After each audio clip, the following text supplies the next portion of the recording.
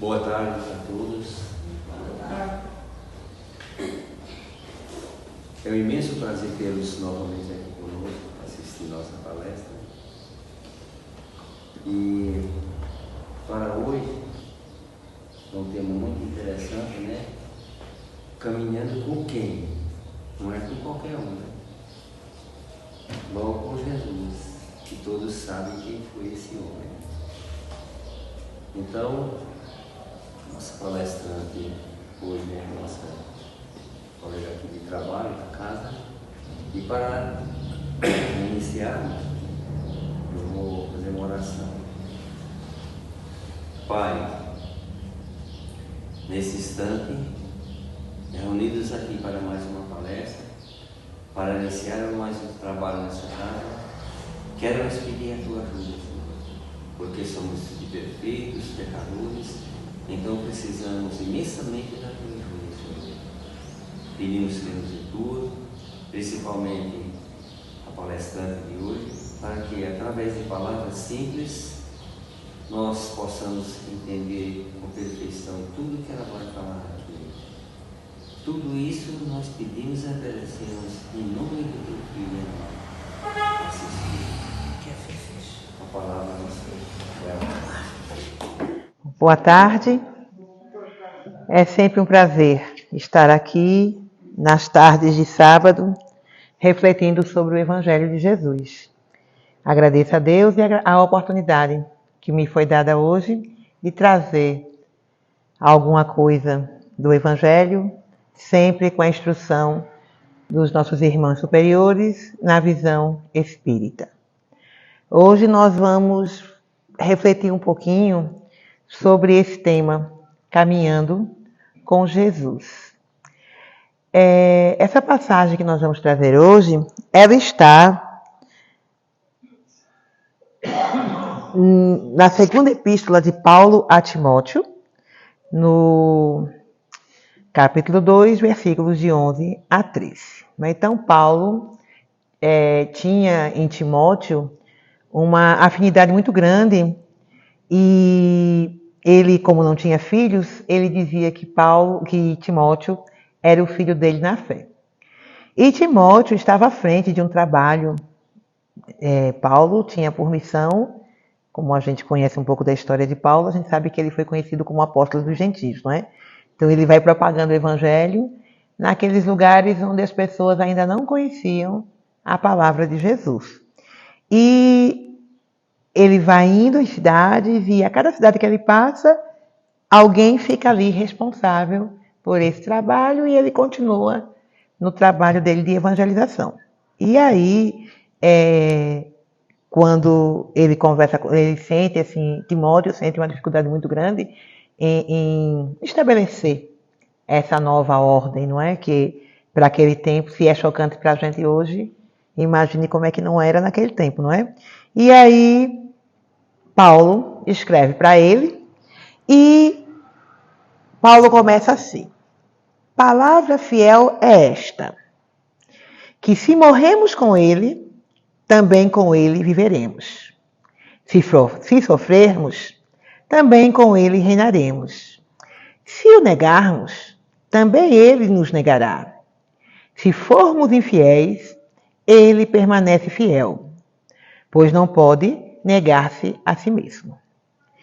E em cima dessa reflexão, a gente vai trazer essa proposta de qual é o conselho que Paulo dava a Timóteo e que nos dá hoje para seguir com Jesus.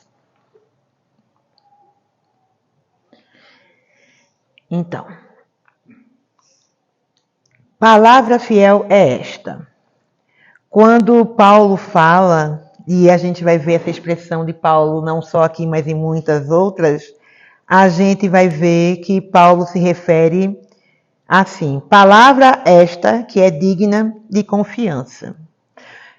Voltando, né? Quando a gente conhece a história de Paulo e sabe por todo aquele processo que ele passou por transformação, e ainda está passando naquele tempo, nesse momento, né? Ele ainda estava ali no trabalho dele de ser provado e de refazer, né? Era um trabalho regenerativo. Ele estava refazendo aquele caminho que ele, enquanto Saulo, tinha uma outra postura diante da vida, não é?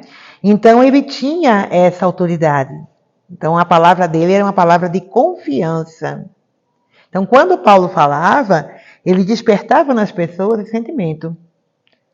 Paulo vai trazer uma instrução que não é dele, que ele está amparado pelos benfeitores. E quando ele falar algo que ele nos diz, não é algo assim que venha carregado de futilidade. É sempre uma instrução. Então, quando Paulo diz, palavra fiel é esta, o que ele está dizendo é o quê? Vamos prestar atenção, vamos estar atentos, vamos extrair deste ensinamento a sua essência. Então, o Evangelho, ele precisa ser compreendido em essência para que ele possa ser vivenciado. Aí ele começa e ele diz, se morrermos com ele, também com ele viveremos.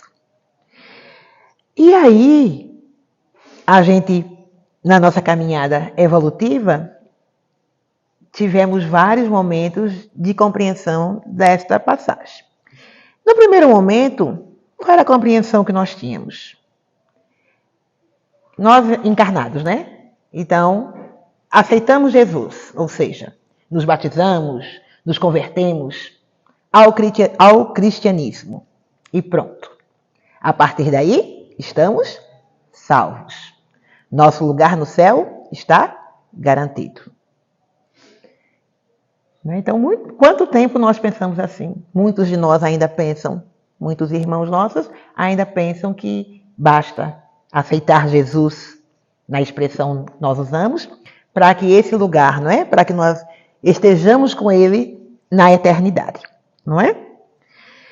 Outros de nós que tivemos uma vida bem equivocada, aí na hora da morte, ou na hora de um sofrimento atroz, aí nós nos declaramos, né? Nós nos rendemos a Jesus e nos convertemos. E também, dentro da nossa crença, acreditamos que a partir desse momento estamos com ele na eternidade, não é? Entretanto, a doutrina espírita, e a nossa proposta é trazer o esclarecimento à luz do Evangelho Redivivo, que é essa essência que era colocada naquele tempo e que foi perdida no encaminhar, né, da evolução da humanidade, nos diz o quê? Que o arrependimento, ele é necessário para o nosso processo de restauração. É necessário. Sem arrependimento, o arrependimento é o reconhecimento das posturas equivocadas. Quando nós entendemos que a nossa linha de ação não está de acordo, então a gente refaz a meta. Então, se a gente está falando do Evangelho, o Evangelho ele tem uma proposta. As leis de Deus, o Evangelho, ele tem uma proposta. E é uma proposta eterna. É uma proposta que ela é diária, ela foi antes de estarmos aqui, ela é e ela será quando nós não estivermos mais aqui. Então, se ela é eterna, ela vai precisar, ela tem uma linha de pensamento, uma linha de ação, e nós precisamos conhecê-la e nos adequarmos para que nós possamos compreender o que esta lei está nos dizendo. Aí a doutrina espírita nos diz o quê? Que o arrependimento, ele vem, e após o arrependimento vem a reparação. Então, arrependimento sem reparação não é arrependimento. O que é a reparação? É a reconstrução daquele momento equivocado. É um reajuste diante da lei de Deus. E existe uma imensidade de formas de fazermos, né? Nós fazermos essa reparação, e ela é uma necessidade nossa, é uma necessidade evolutiva da humanidade. enquanto nós não repararmos aquilo que é equivocado na nossa vivência, a gente não vai conseguir compreender a lei na integridade dela. Por isso é que nós somos reencarnacionistas, porque é muita coisa e uma única existência não é possível. Então, aderir ao Cristo só de fala, só dizer, né? Ou de acordo com a denominação religiosa, de acordo com a crença, tem várias questões que não nos cabem de se aderir, né? De estar conectado com Cristo. Mas muitas vezes essa conexão ela é descomprometida de transformação. É uma adesão externa, é um culto exterior, não é? Então é um momento em que nós estamos pensando assim, Jesus como Salvador. E aí eu mudo fora, não é? Não vou a determinados lugares, não convivo mais com certas pessoas, não visto mais determinadas roupas, não ouço determinadas músicas. E a partir daí estou transformada em Cristo e salva para a eternidade. Será que isso é ser cristão? É só um rótulo? Ou é uma vivência? Faltou ali o finalzinho, não é? Então, quando Paulo diz, se morrermos com ele, obviamente ele não está falando de vida física. Algo além disso deve ser compreendido. A essência do ensinamento não vai estar nessa vida, nessa compreensão. Morte física.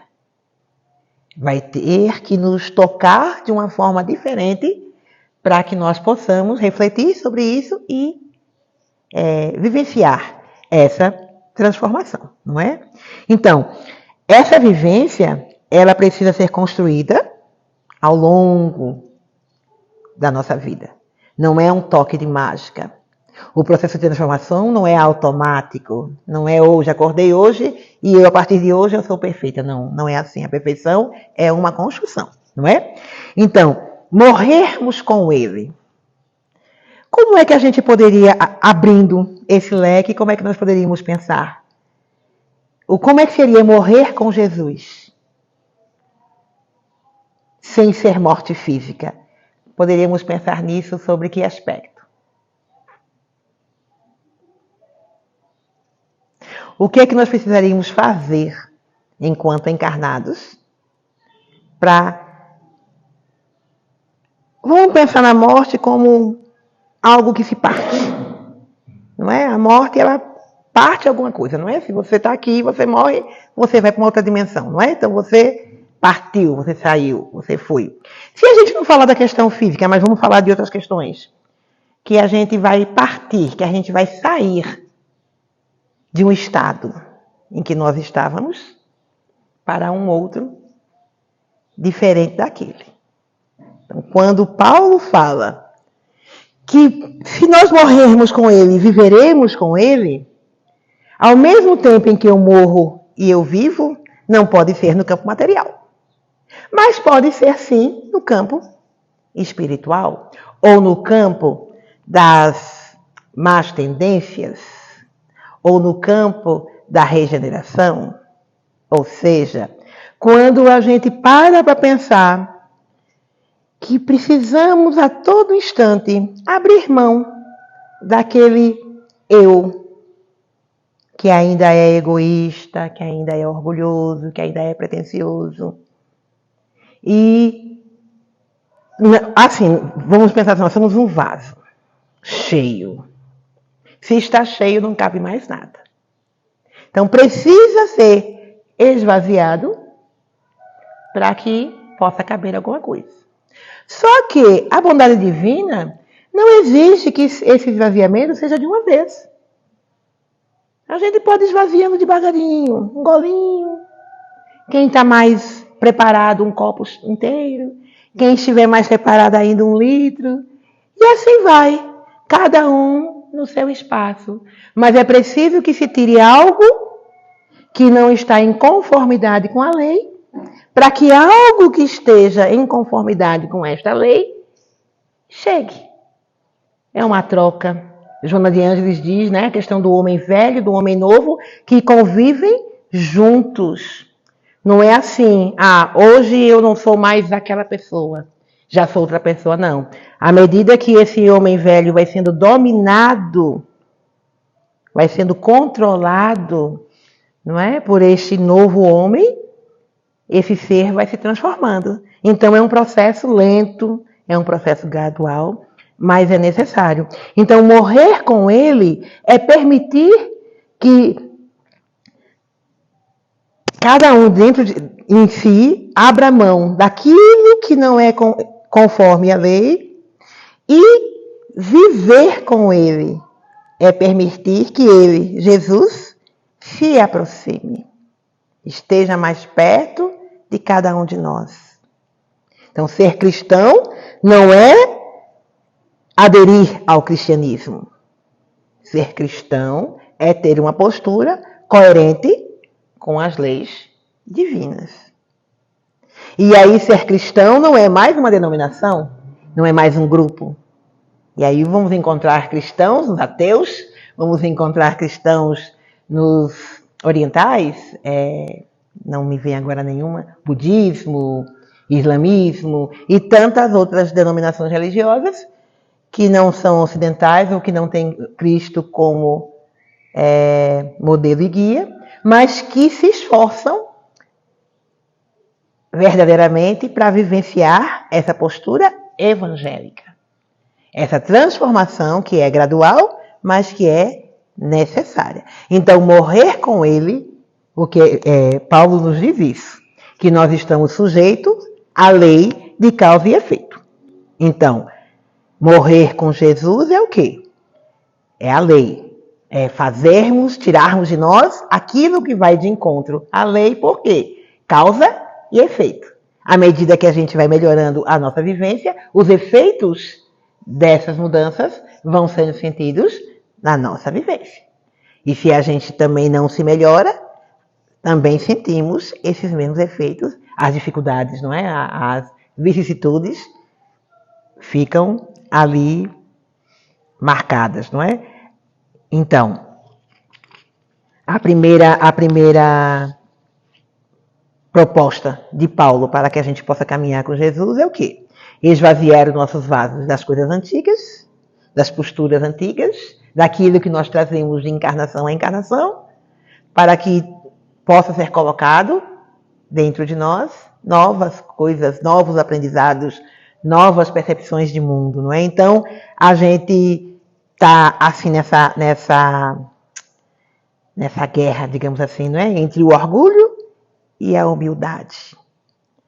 Mas quanto mais nós nos libertamos do orgulho, mais nós estamos abertos à humanidade. Então, o orgulho, ele nos faz olhar para trás. Quanto eu já caminhei, quanto eu já melhorei, o quanto eu já cresci. E a humildade nos faz olhar para frente. O quanto eu ainda preciso melhorar. O caminho ainda está muito longo, eu ainda preciso caminhar. Então, eu já tenho a consciência de o que eu já fiz, mas eu não estou mais focada no que eu já fiz. O meu foco hoje é o que eu preciso alcançar. Então, eu vou me desapegando de tudo aquilo que já ficou lá atrás, para que eu possa vivenciar o hoje. Porque o hoje é que vai me dar a condição do amanhã. O que eu já fiz está feito lá atrás. Também ficar naquele remoer do que foi é estagnação. Então, é tomada de consciência. Já estou aqui. E agora?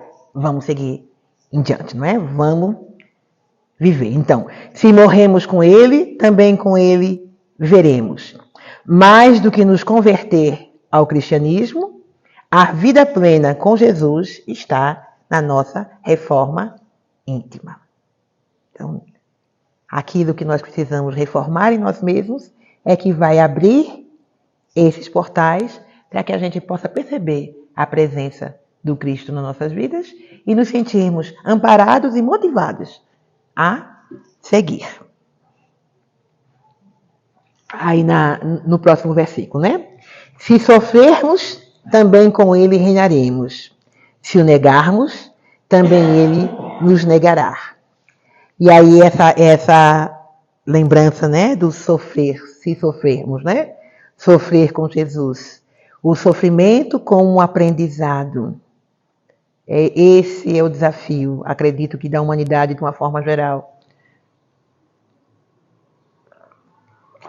Entender que o aprendizado, que quando as coisas ficam mais difíceis, parece que nós aprendemos mais com os desafios que a vida apresenta, não é? Então, aprender a sofrer com ele. Como assim? Novamente é presença. O Evangelho tem um capítulo que ele fala sobre o bem sofrer e o mal sofrer, não é? Então, o bem sofrer. O sofrer, não esse sofrer de reclamação, de lamúria, porque as dificuldades, elas fazem parte de um plano de prova e expiação. Prova e expiação. Não é albergue de anjos. Aqui as coisas não são fáceis. Não, essa é a proposta. Não vai ser fácil. Então, reconhecer, não vai ser fácil. Não está fácil e não vai ser fácil porque nós estamos no nosso processo regenerativo.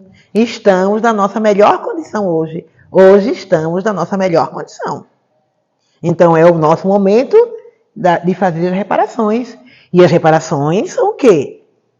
Realinhamento das metas, não é? É nós voltando para o caminho. Nós saímos, né? Nos perdemos. E agora nós estamos voltando. E esse voltar é sempre doloroso. Porque nós vamos precisar, né, desapegar daquilo que nos levou até ali. Né? A reforma íntima. Precisamos nos libertar de muitas coisas. E realmente não é fácil, é doloroso. Mas quando a gente lembra do amparo, que nós não estamos sozinhos, que os benfeitores espirituais estão conosco, nossos guias, nossos protetores, nossos irmãos encarnados e desencarnados que trabalham conosco para nos ajudar no nosso crescimento, não é? Então a gente vai aceitando a ajuda, recebendo essas bênçãos que vêm do alto, que é para aliviar o nosso caminhar.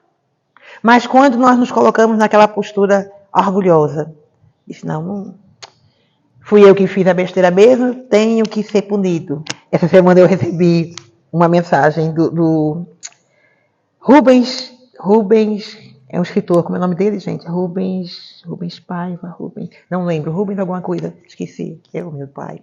Que ele diz assim, e me chamou muita atenção que eu estava preparando a palestra e estava meio em dúvida em algumas coisas. Ele falava, entre o que ele diz assim, que o sofrimento é uma escolha. Quando nós fazemos uma promessa a Deus, nós dizemos o quê?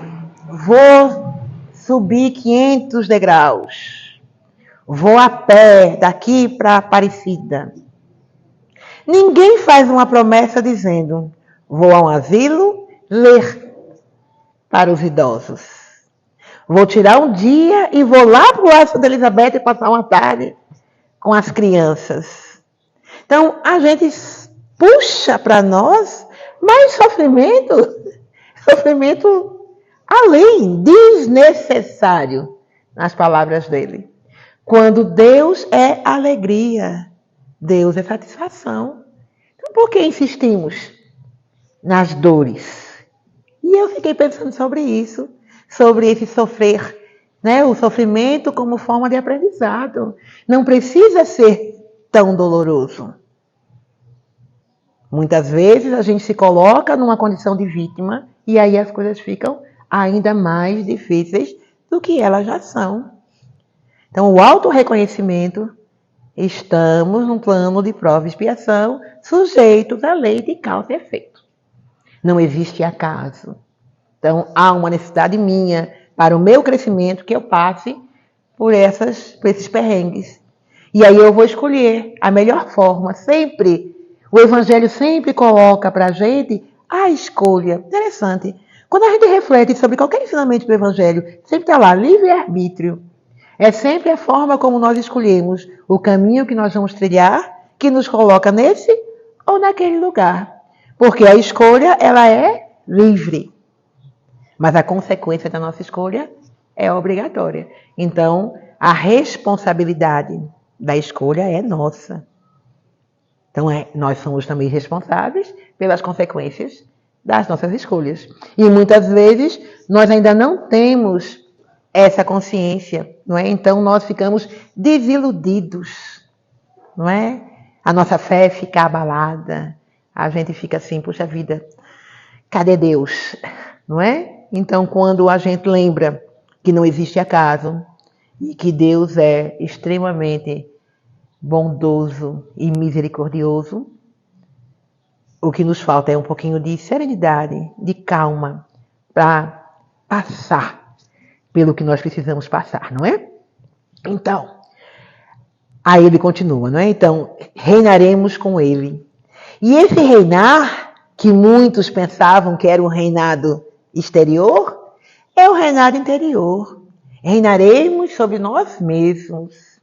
Na hora que nós conseguirmos nos dominar, tem aquela passagem do Evangelho que fala sobre a nossa língua, né?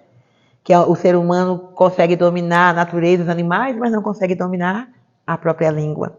Então, se nós tivermos a condição de dominar os nossos sentimentos, os nossos pensamentos, dominar, alinhá-los àquilo que vai nos ajudar a crescer, nós teremos uma vida mais plena, mais calma.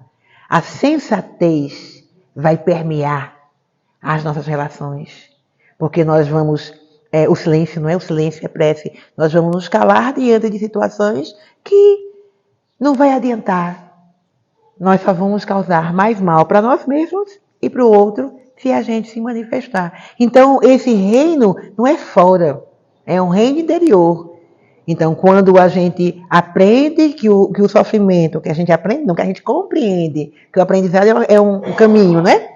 Compreende, é um processo de compreensão, a gente vai compreendendo. E não é quando a gente aprende, não é assim. À medida que a gente vai compreendendo, porque não é paulatino, não é? Não é do dia para a noite. Então, a gente vai compreendendo. Eu preciso passar, é uma necessidade minha. A gente vai se calando, a gente vai se acalmando mesmo, a palavra é essa, serenidade.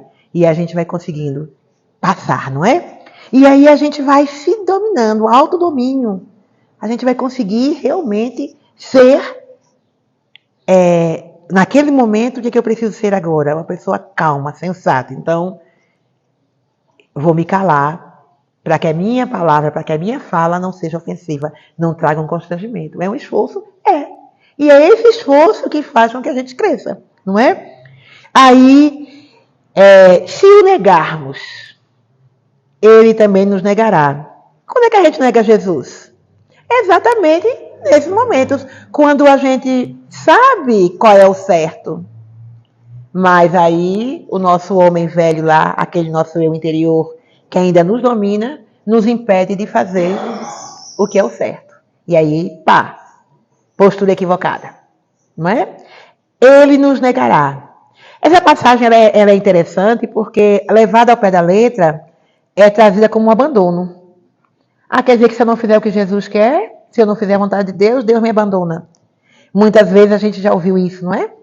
Você foi abandonado por Deus porque você está no caminho equivocado. A Deus humano aí, né? Se vingando de cada um de nós, porque não conseguimos ser a pessoa que Ele quer que a gente seja. Não é? Então, não é assim. Não é assim que funciona. Quando a gente começa a compreender a doutrina espírita, a questão do livre-arbítrio e das consequências do livre-arbítrio, é uma escolha. Então, a lei divina, ela não pode premiar. Ela não vai escolher. Eu vou premiar você e não vou premiar você. Você vai ser bem-sucedido e você não vai ser bem-sucedido. Não é assim que funciona a lei de Deus. A lei de Deus é uma construção. É causa e efeito. Ação e reação. A cada ação, uma reação. A cada ação, uma resposta. Então, se a minha ação é negativa, eu quero uma resposta positiva. Nem na matemática dá certo, né? Menos com mais dá menos sempre. Não dá, né? Não dá certo nunca. Né? Então, nem na lei humana não dá certo. Imagine na lei divina. Então, a gente precisa ter isso em mente. quando o Evangelho, quando Paulo nos diz, ele nos negará, está dizendo o quê?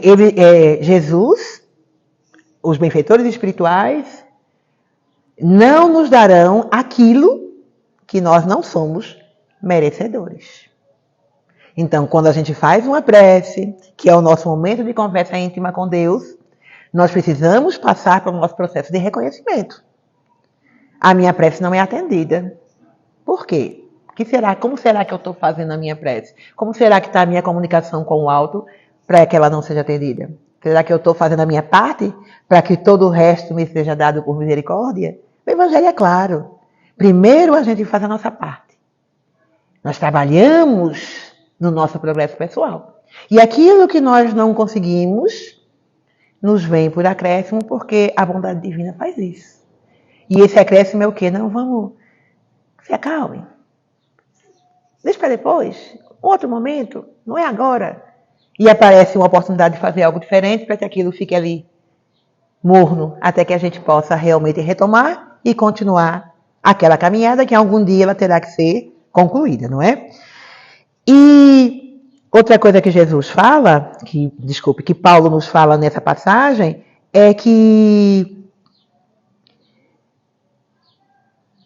a humildade, né? Cultivar a humildade no nosso processo de luta é o que vai nos dar força para seguir. Isso é muito bom a gente lembrar sobre isso, não é? A humildade é reconhecer que nós não somos perfeitos, é reconhecer que nós precisamos de muita ajuda. Então, quando a gente tem essa postura diante da vida, a ajuda vem. E aí a gente consegue superar as dificuldades. E quando a nossa postura é orgulhosa e eu consigo fazer só, eu nem percebo a ajuda que está no meu entorno, porque na minha cabeça eu consigo fazer só. Não é? Então, seguir em frente, apesar das adversidades. Então, sofrer com Jesus é seguir em frente, é estar cada dia num lugar a mais, apesar das adversidades que são inerentes do nosso momento evolutivo, tá certo? E que essa conquista, né, esse reino interior, ela é conseguida através do servir, não é? Então, o servir, colocar-se à disposição do outro, não é? Estar pronto a atender. Quando nós cuidamos das dores alheias, as nossas dores são cuidadas, não é? Então, o serviço ao próximo é um serviço a nós mesmos e é um serviço a Jesus. Está lá. Quando foi, mestre, que nós lhe vestimos? Quando você vestiu aquela pessoa, morador de rua? Quando é que nós te alimentamos? Quando você alimentou aquela pessoa que bateu a sua porta? Quando foi que nós te socorremos? Quando você socorreu aquela pessoa que estava doente? É a mim que fizeste. Então, Jesus diz isso com clareza. Cada vez que nós servimos, nós estamos caminhando com Cristo. Cada vez que nós amamos, que nós nos doamos, nós estamos com o Mestre. Então, não nos é pedido excelência, não é? Porque quando a gente faz um concurso, é excelência. Ou a gente tira primeiro lugar, só tem uma vaga. Ou tira primeiro lugar ou não tem jeito, não é? Não. Todos nós seremos aprovados, não é um concurso. Aqui ninguém está medindo conhecimento com o outro. Não há essa medição. É um conhecimento, uma prática, uma vivência interior, individual, inerente a cada um no seu processo evolutivo. Tá bom? E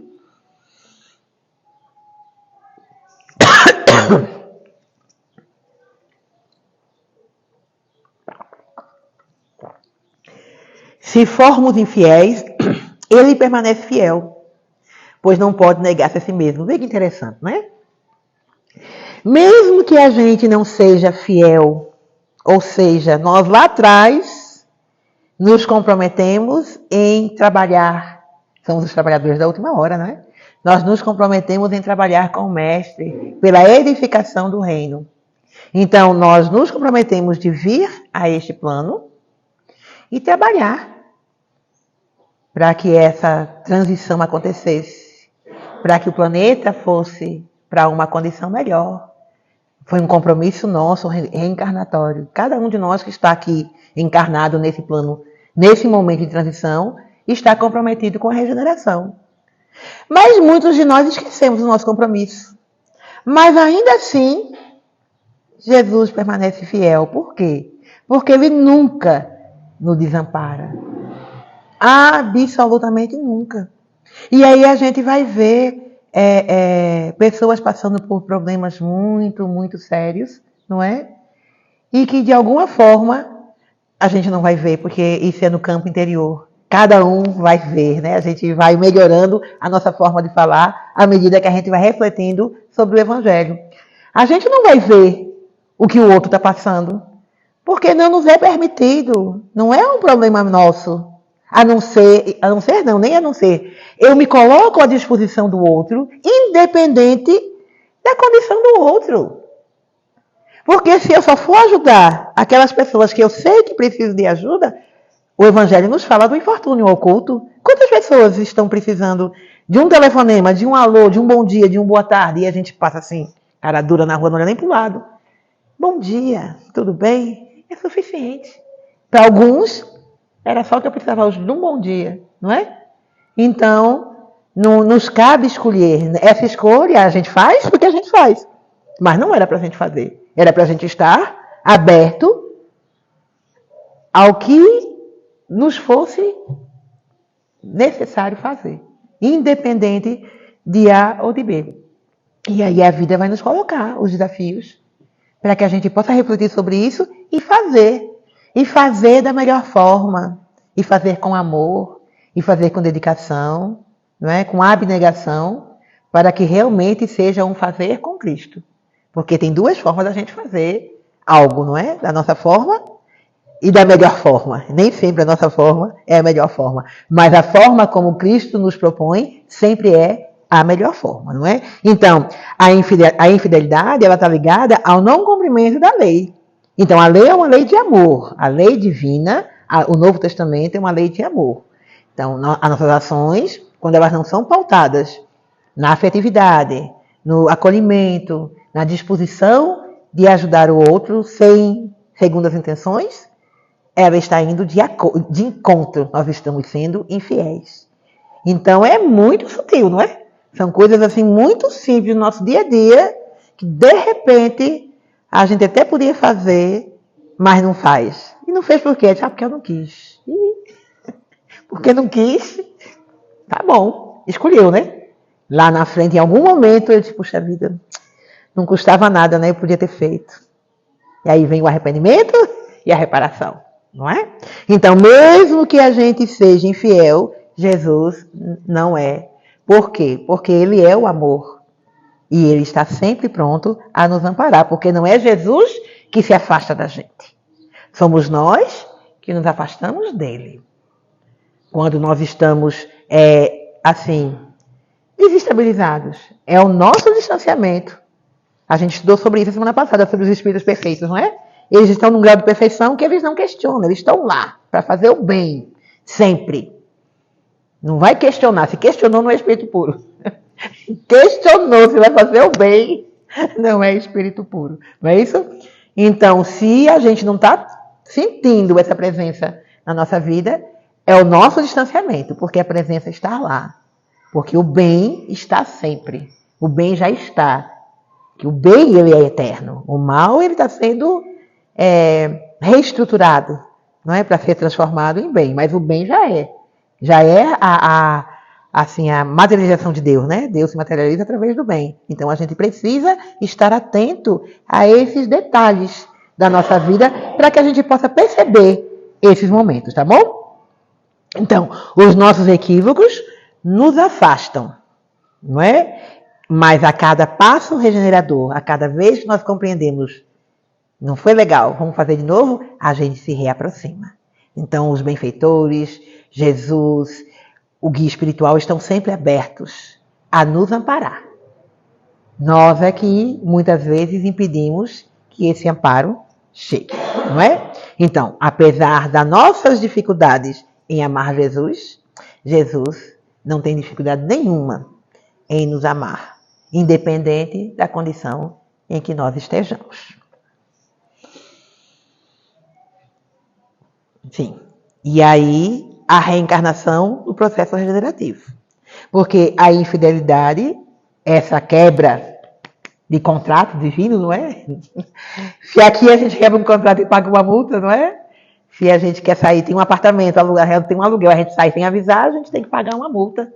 Se a pessoa que nos alugou pediu o apartamento sem motivo, ela também tem que pagar uma multa. Imagine no plano espiritual, que é a vida, que é a verdadeira vida, não é? Então, a reencarnação, ela é a nossa oportunidade de regeneração. É essa oportunidade que nós temos de refazer. Então, a cada momento em que a cada existência, a gente faz o melhor que a gente pode. Então, na próxima, vai ser bem melhor do que essa. Ah, mas não foi boa. Então, na próxima, vai precisar ainda ter percalços, não é? E aí a gente vai lembrar, esses dias, seu Chico falou sobre isso, né? O bom ladrão, como a gente se refere às vezes, não é? E a gente lembra dessa passagem, não é? Que Jesus diz, não é? Ainda hoje estarás comigo no paraíso, né? E seu Chico falou da questão da pontuação, lembra disso, seu Chico? Não é? Então Jesus fala que aquele irmão estará com ele no paraíso, no futuro, não é? Deixando o ensinamento que o quê? Que o processo regenerativo é para todos. Todo mundo que estiver aberto a rever as suas posturas vai ter a oportunidade. E todo mundo vai estar aberto? Vai. Porque a lei é de evolução. Ah, não está hoje, não tem problema. É por isso que tem a reencarnação. Então um dia vai estar. Um dia a pessoa vai cansar de bater a cabeça. E pô, cansei. E agora? Faço o quê? Vamos recomeçar. E vamos recomeçar, não é? Então, as benesses, não é, divinas. A bondade divina através da lei. Não é presente, não é, não, esse reencarna, aquele não reencarna. Independente das pessoas acreditarem ou não acreditarem, acharem que é um dogma ou sei lá o quê, a reencarnação é um fato. E é um fato pautado na misericórdia divina. Então, é necessário para que nós possamos refazer a nossa rota. Em alguns momentos a gente não vai conseguir fazer aquela reparação aqui, não dá mais, não tem mais tempo. E aí, na próxima, a gente se prepara melhor e faz melhor. Não é? A cada encarnação a gente vai fazendo melhor aquilo que nós já temos a competência de fazer. Não é? Até tornar-se um bom hábito e ser incorporado, passar a ser uma aquisição do espírito.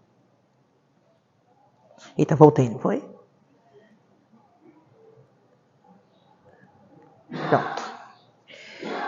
Então, Jesus o Consolador, não é? A doutrina espírita enquanto Consolador prometido, não é? Então, a doutrina espírita, trazendo os esclarecimentos e ampliando a visão que o Evangelho nos oferece, nos apresenta o passo a passo para que a nossa vida possa refletir essa comunhão com Cristo, para que a nossa caminhada seja efetiva.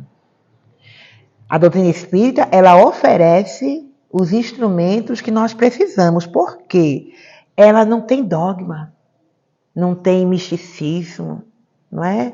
O esclarecimento, a instrução, ela vem sempre muito bem estruturada, não é? Não é um argumento para convencer, não é para convencer, é para despertar. Não há um convencimento. Por quê? Porque não há uma obrigação. Não existe obrigação. Você não é obrigado. Você, eu, qualquer um de nós, é uma escolha. Quando é que a gente escolhe? Quando a gente está preparado. Não é? Escolhe de forma consciente. Escolha a gente faz o tempo todo, não é? Mas a escolha consciente, ela acontece na hora que a gente tomou consciência. Realmente eu preciso me melhorar. Cansei, está na hora de eu fazer diferente. E aí, como é que faz diferente? Vamos procurar. Vamos entender, vamos compreender. Então, a doutrina espírita, enquanto Consolador prometido, que vem trazer essa luz, não é? Clarear aquilo que ficou obscuro durante muito tempo, porque o dogma traz o poder, não é? O poder de dominar o outro, mas não é para dominar ninguém. É autodomínio, é para me dominar. O Evangelho é para você aprender a se dominar.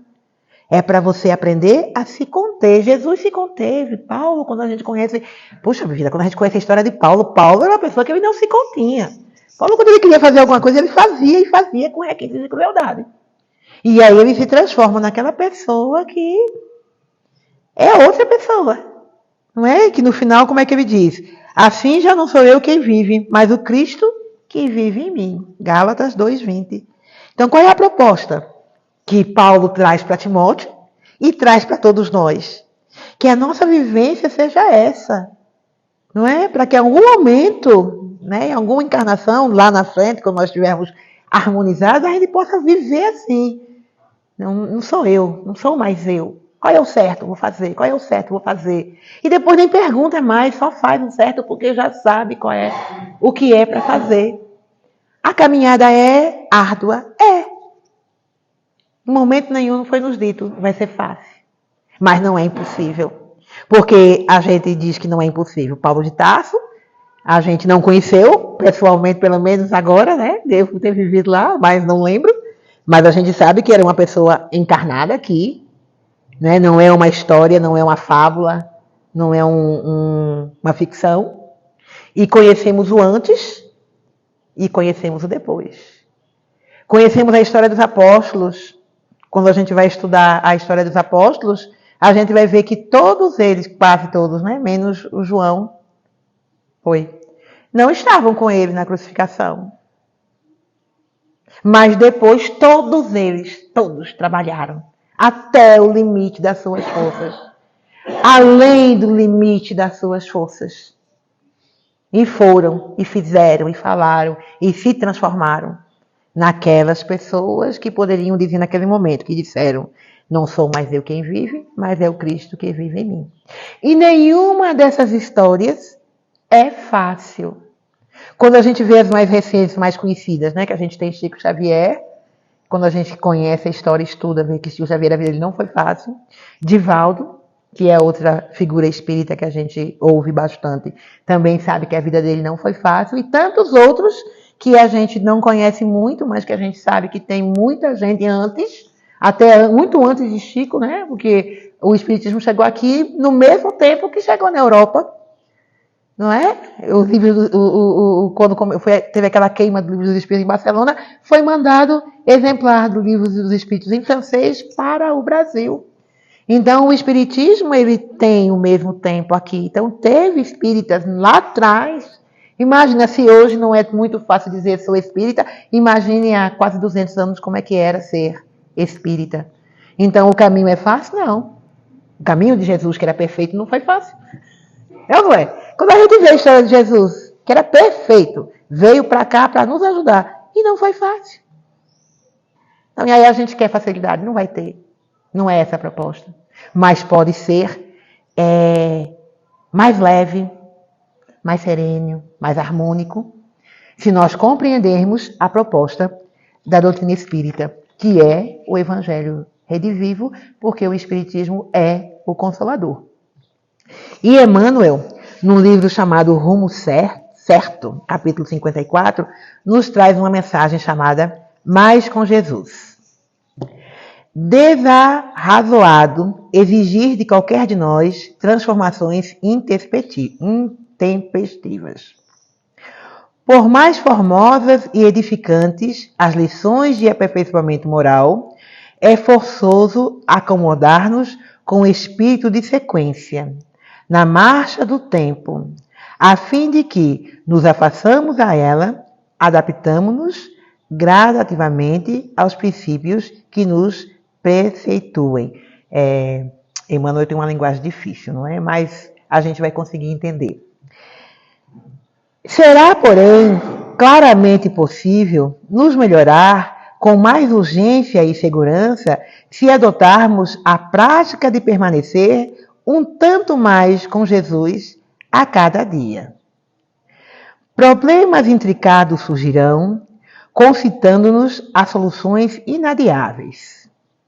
Se estivermos de sentimento interligado um pouco mais com Cristo, aprenderemos a ceder de nós, sem qualquer empecilho, apagando as questões que nos induzam à perturbação e à discórdia. Aparecerão desacatos, impulsionando-nos ao revide? Se o recebemos um tanto mais com Jesus, em nossas atitudes e respostas, todas as expressões de desapreços serão dissolvidas nas fontes da compreensão e da tolerância. Surpreendemos companheiros que se fazem difíceis.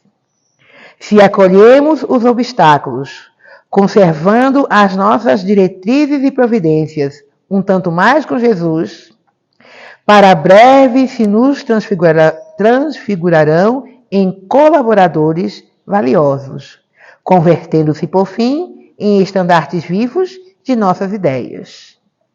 Encontramos desencantos nas trilhas da experiência, aceitando-os, no entanto, um tanto mais com Jesus, em nossos comportamentos, para logo se transformarão em lições e bênçãos, que passamos a agradecer à sabedoria da vida. Em casa, no grupo de trabalho, na vida social, na profissão, no ideal ou na via pública, experimentaremos sentir, pensar, falar e agir um tanto mais com Cristo e observemos o resultado. Pouco a pouco, perceberemos que o Senhor não nos pede prodígios de transformação imediata ou espetáculos de grandeza, e sim que nos apliquemos ao bem, de modo a caminhar com Ele, passo a passo, na edificação da nossa própria paz.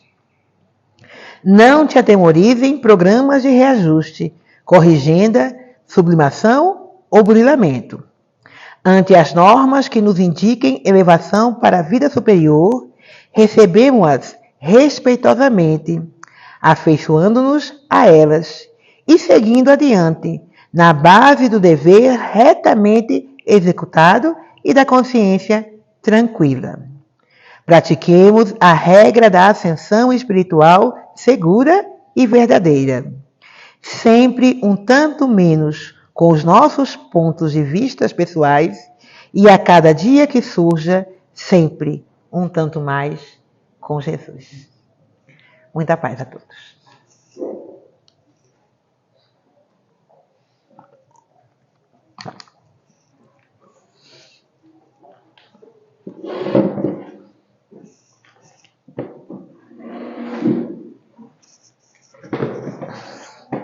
Gente, hoje eu não posso falar muito, senão a tosse me ataca.